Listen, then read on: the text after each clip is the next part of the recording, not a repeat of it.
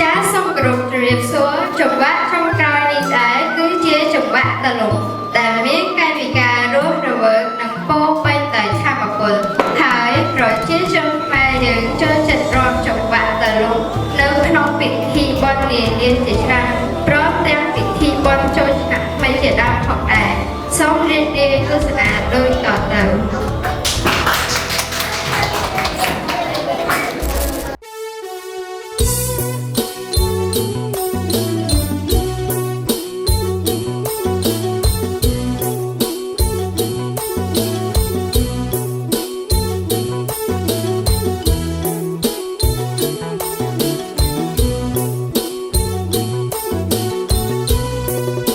រំដួលឡើយដីថ្មី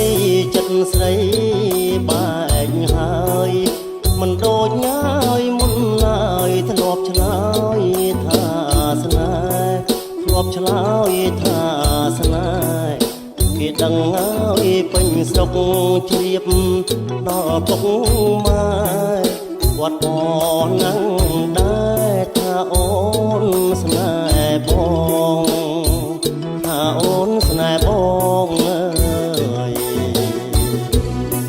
បងជាទីគេស្នេហ៍អូនអត់ធ្វើអ្វីរំដួលឡើយដីថ្មីភាំងក្ដីនគរឡងភាំងក្ដីនគរឡងកុំភ្លេចញ៉ាយដីចាំងខ្មាំងគេនួនល្អអូនព្រួយតែបងមិនស្មោកក៏នឹងស្រីអើយនឹងស្រីបងអើយកុំគួរចាំដល់អពេលនឹងពុំតែបងដឹងចិត្តអូនទេថ្លៃចិត្តអូនទេថ្លៃឃ្លាតកាយអើយណាយចិត្តផងអត់សង្ស័យខ្លាចតែម្ដាយស្រីមិនពេញចិត្តនឹងបងមិនពេញចិត្តបងអើយអូនពិតណាស់មានសិទ្ធរើគូអស្រកយកមកយកសស្រេចតែលើនួនល្អស្រេចតែលើនួនល្អរំដួលឡើយដីថ្មីគ្មានអ្វីសើមកអូនតទួលបងក្នុងនាមជាគូគប់ណាអើយគូគប់ណា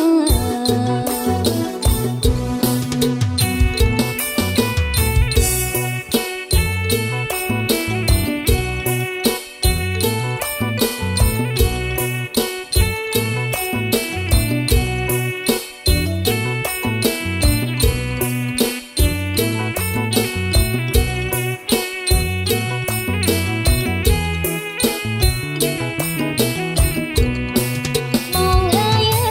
យកុំគួរចាំដល់ពេលនឹងគុំតែបងដឹងចិត្តអូនទេថ្លៃចិត្តអូនទេថ្លៃឃ្លាតកាយអើយណាយចិត្តបងអត់សង្ស័យខ្លាចតែម្ដាយស្រីមិនពេញចិត្តនឹងបងមិនពេញចិត្តបងអើ